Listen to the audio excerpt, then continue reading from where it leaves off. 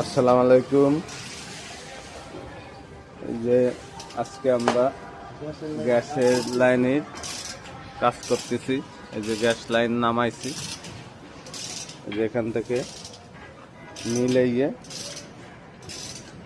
এই যে এখানে ছিদ্র করা হয়েছে, এইভাবে ঘুরাইয়ে এইভাবে লাগাচ্ছে। রিবন ভাই কি কাজ করো? গ্যাসের লাইনের কাজ করতেছি। এই যে প্যাসের ভিতরে রং টং দিচ্ছ? হ্যাঁ, রং দিতেছি। রং না দিলে লিক করবো না।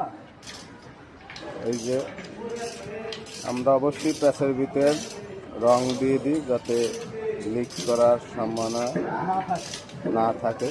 এই জন্য আপনার টাইটে যদি এলবো না ফাটে, অবশ্যই রং দিলে আপনার এমনি যদি চোরা লিক টিক থাকে এটাও বন্ধ হয়ে যায়। এই জন্য রং আমরা ইউজ করে থাকি। এই লাইন এইভাবে নামানো ছিল, এইভাবে ঘুরাইয়ে কেনা টেনে আনা যায় নাই